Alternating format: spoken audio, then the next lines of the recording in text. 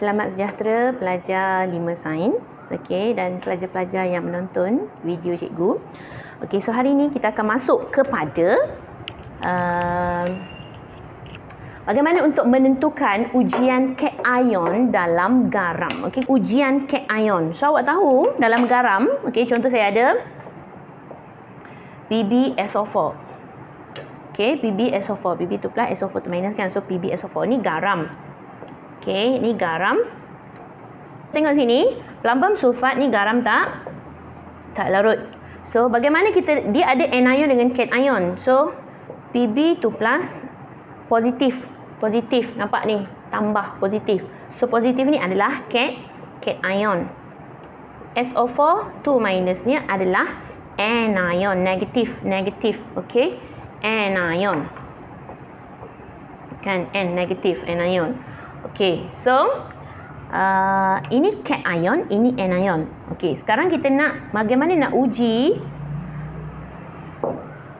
buat ujian cation berdasarkan garam ini. Bagaimana kita nak tentukan dalam garam ini ada cation Pb2 plus yang terlibat. Okey, Pb2 plus yang terlibat. Okey, so kelas tengok sini dulu. Tengok saya punya dua benda yang saya tulis kat depan ni. Okey, ini cara nak mengingat ujian cation. So kita ada ini reagent. Okey, bahan yang reagent kita gunakan adalah natrium hydroksida. Okey, natrium hydroksida. Ini reagent yang kedua. Okey, yang kita gunakan adalah ammonia, NH3. Okey. So yang pertama dulu kita tengok NaOH dulu. So apa yang kita nak gunakan dalam tu? Kita ada cation kita kalsium, Ca2+. Ni kalsium. Ca2+ kalsium. Kita ada Mg2 plus magnesium. Kita ada P ni Pb2 plus. Kita ada Al3 plus dengan zinc 2 plus. Okay, so ini adalah cation yang terlibat. Okay, so nampak ni kampas. Kita bahagi kat tengah ni. Kalaulah kalsium dengan magnesium kita gunakan reagent NaO, dia akan dapat mendakan putih tak larut. MP ni mendakan putih. Okey, kalau ni plumbum aluminium dengan zinc, kita gunakan dengan reagent NaO, kita akan dapat mendakan putih larut. Okey, itu kalau kita guna NaO. Sabar dulu, nanti saya akan bagi satu contoh. Kalau kita guna ammonia, okey, kampas juga, sama juga, tapi kita bahagikan di tengah ni. Cara nak ingat ni kita bahagikan ni MPa dekat tengah. So untuk cation kalsium tiada perubahan. Kita gunakan reagent ammonia.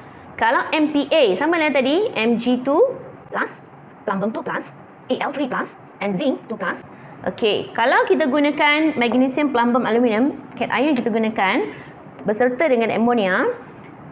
Okey, apa observation dia ataupun pemerhatian dia? Mendakan putih tak larut terbentuk. Okey, kalau zinc mendakan putih larut. Okey, bila masa kita nak guna benda-benda ni cikgu? Bila? Okey, contoh soalan macam mana? Contoh soalan dia. Kita ada garam apa tadi? Garam plumbum sulfat. Okey. So kita ada garam ni. Contoh soalannya adalah buat satu ujian kimia ataupun soalannya buat satu ujian kimia untuk menentukan kehadiran cation dalam garam tersebut.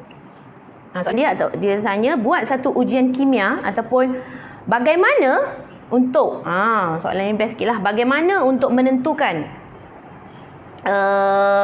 kehadiran cation dalam garam tersebut, ataupun buat satu ujian kimia untuk menentukan kehadiran cation dalam garam tersebut. Kita ada garam plumbum sulfat. Okey, so macam mana kita nak buat ujian kimia? So awak kena tahu dalam ujian kimia. Okey, ujian kimia. Okey, saya tulis kat sini ujian kimia. Ujian kimia mesti ada 3 step. Raw. Reagent, action, observation. Reagent mesti ada action. Okey, letak, masuk dan sebagainya. Observation, pemerhatian dia. Okey, baru dapat markah. Okey, 3 step tu. Okey, reagent, action, observation. So, nak buat ujian kimia, okay, kita nak tentukan kehadiran cation dalam plumbum sulfat. So, awak tahu plumbum sulfat, cation dia Pb2+. Okey. Ni cation dia. Ni anion dia. So Pb2+. Macam mana kita nak tentukan kehadiran plumbum sulfat ni dalam garam ini? Okey, so kita akan gunakan salah satu daripada dua ni. Okey, tapi awak kena hafal dua-dua ni. Okey, so macam mana kelas? Okey, saya ada tabung uji. Okey, step yang pertama. Okey, saya nak guna yang ni. Okey, saya nak tengok plumbum tadi kan? Plumbum. So di sini plumbum. Ni nampak ni plumbum. Right. So saya nak gunakan reagent NaOH. Okey, mula-mula. Okey. Masukkan apa dulu? Masukkan apa? Saya kata kalau test tube ataupun tabung uji, awak boleh guna sampai 5 cm padu. Okey, 1 hingga 5 cm padu. Masukkan berapa? Kita ambil 2 lah, 2 cm padu. Okey. Berapa awak nak masukkan isi padu tu bergantung. Tapi jangan lebih daripada 5. Okey. Buat mesti ada isi padu dia. Okey, masukkan. Okey, 1 lah ataupun 2. Okey. 2 cm padu. Berapa? Apa yang kita nak masukkan dulu? Okey, garam yang terlibat. Okey, larutan plumbum sulfat. Okey, yang kedua, okey, mesti apa tadi? Ada RAW kan tadi? Reagent, action, observation. Masukkan reagent dia. Pun berapa cikgu? Ikutlah beberapa. Saya kata kalau test tube, awak boleh reka 2 hingga 5. 1 hingga 5. Okey. Masukkan 2 cm padu NaOH, natrium, larutan natrium hidroksida. Buatlah ayat dia ke dalam tabung uji. Yang ketiga, okey, apa lagi nak masukkan? Kita dah masukkan plumbum dah, kita dah masukkan NaOH. Okey, reagent, action, dah ada masukkan observation. Observation kita apa yang kita nampak? So, apa yang awak nampak di sini? Mendakan putih larut. Okey, ayat yang seterusnya mesti adalah menunjukkan kehadiran ion Pb2+ ataupun cation Pb2+. Okey, mesti ada ayat menunjukkan kehadiran ion Pb2+. So itulah cation dia. Okey, boleh kelas? Secaranya inilah ayat dia yang awak kena buat. Okey, reagent, action, observation. So kalau dia nak guna kalsium sulfat contohnya, okey, kalsium sulfat. Apa-apa saja. Kalau awak nak guna amonia ni pula cikgu, sama saja. Okey, saya nak guna plumbum ini. Tak nak guna plumbum lah. Saya ambil kalsium lah. Kalsium sulfat contohnya. Garam saya ada kalsium sulfat. Okay, kalsium sulfat. Okay, tentukan bagaimana untuk menentukan kehadiran cation dalam larutan garam ini. Okay, dalam garam ini. So, macam mana? Yang pertama, okay, saya nak guna amonia sebagai reagent saya. Okay. So, yang pertama ayat yang kita kena buat, masukkan 2 cm padu larutan kalsium sulfat ke dalam tabung uji. Yang kedua, masukkan apa? Masukkan reagent dia. Ingat, ada reagent. Masukkan 2 cm padu larutan amonia ke dalam tabung uji. Yang ketiga, mesti dia punya observation dia. So, tiada perubahan menunjukkan kehadiran ion kalsium. Okey, boleh kelas? Alright. So, ini dua-dua boleh guna. Okey.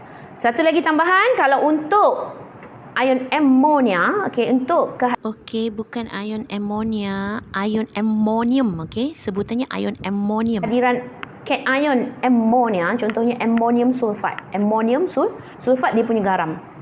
So, soalan tu bagaimana untuk menentukan kehadiran cation dalam ammonium sulfat, dalam garam tersebut. So, akan gunakan reagent dia adalah reagent Nessler. So, apa observation yang awak akan dapat? Mendakan perang terbentuk. Okey. So, macam mana cara nak menulisnya? Yang pertama, masukkan 2 cm padu larutan natrium ammonium sulfat.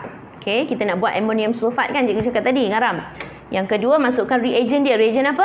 Reagent Nessler ke dalam tabung uji. Dan yang ketiga, apa yang Observation terbentuk, mendakan perang terbentuk.